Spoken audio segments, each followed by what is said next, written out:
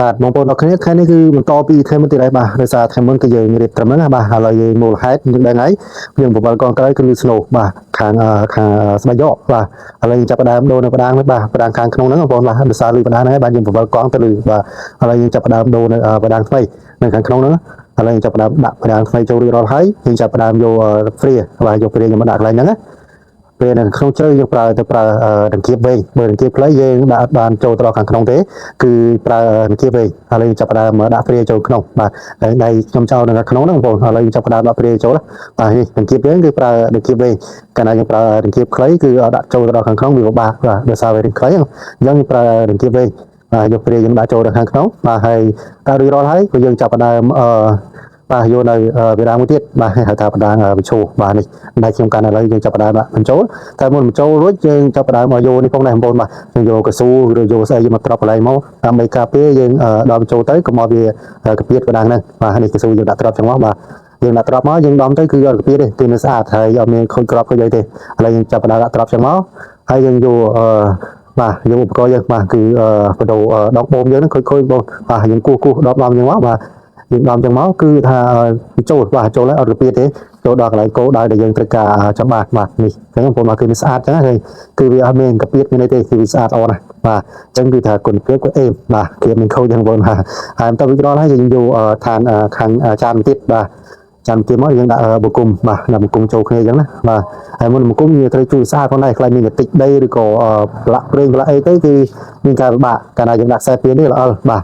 បាទគឺអត់សូវមានកម្លាំងចឹងយើងត្រូវជួយស្អាតកន្លែងហ្នឹងលឿនស្មារណាបាទបន្ទាប់ពីយើងដាក់ចូលទៅរួចរាល់ហើយយើងយកខ្លាញ់កោសយកមកដាក់កន្លែងហ្នឹងផងដែរបាទហើយយើងចាប់ផ្ដើមដាក់បង្គំចូលទៅហើយបាទហើយសេរីដាក់នៅក្របឃ្លីបាទ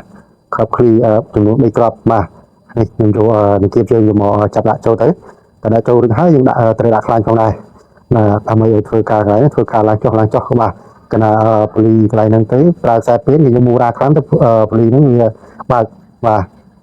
ឥឡូវចាប់ដើមមើលរបស់គ្នាបាទយើងដាក់ខ្លាញ់រឿងច្រើនទីកន្លែងនេះយើងត្រូវដាក់ខ្លាញ់ល្អផងដែរបើដាក់ខ្លាញ់យើងធម្មតាទៅគឺប្រើយូរទៅកបាទកទៅបណ្ដាលឲ្យស្អិតគឺតឹងអញ្ចឹងត្រូវការដាក់ខ្លាញ់ល្អផងដែរបាទឥឡូវយើងដាក់ពវល់រួចរាល់ហើយបាទយើងដាក់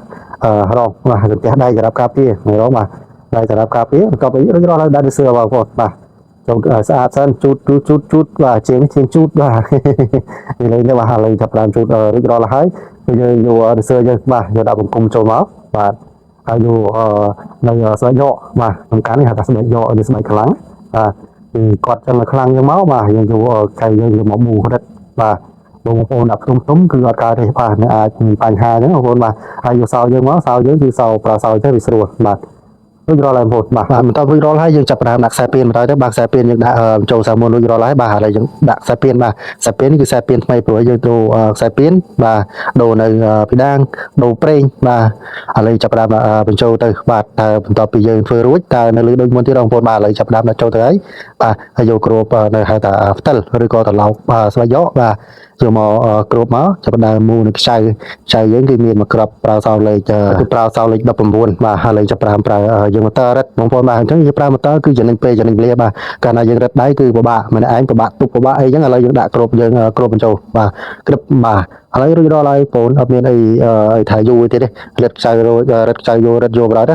រួចរាល់ហើយយើងដាក់នៅសន្ទះមួយបាទផ្ទះកាយសារ៉ាប់កន្លែងខ្យល់ហ្នឹងបងប្អូននេះគេហៅថាកន្លែងចោលហ្នឹងគេស្លាប់ប្រើលេនេះកន្លែងហ្នឹងគឺដីបឺតចូលកណ្ដាលចង្ហាល់វិលទៅបណ្ដាលឲ្យដីបឺតចូលដល់ខាងក្នុងអញ្ចឹងយើងប្រើយូរហើយយើងអាចដោះយកមកផ្លុំដីផ្លុំអីចេញអាហ្នឹងហើយបណ្ដាលឲ្យយើងពេលមូរ៉ាទៅរៀងញ័របាទត្រាទាំងក្រោយបញ្ហាគឺសារដីបឺតចូលច្រើនកណ្ដាលដីបឺតចូលច្រើនបណ្ដាលឲ្យយើងជីទៅលាន់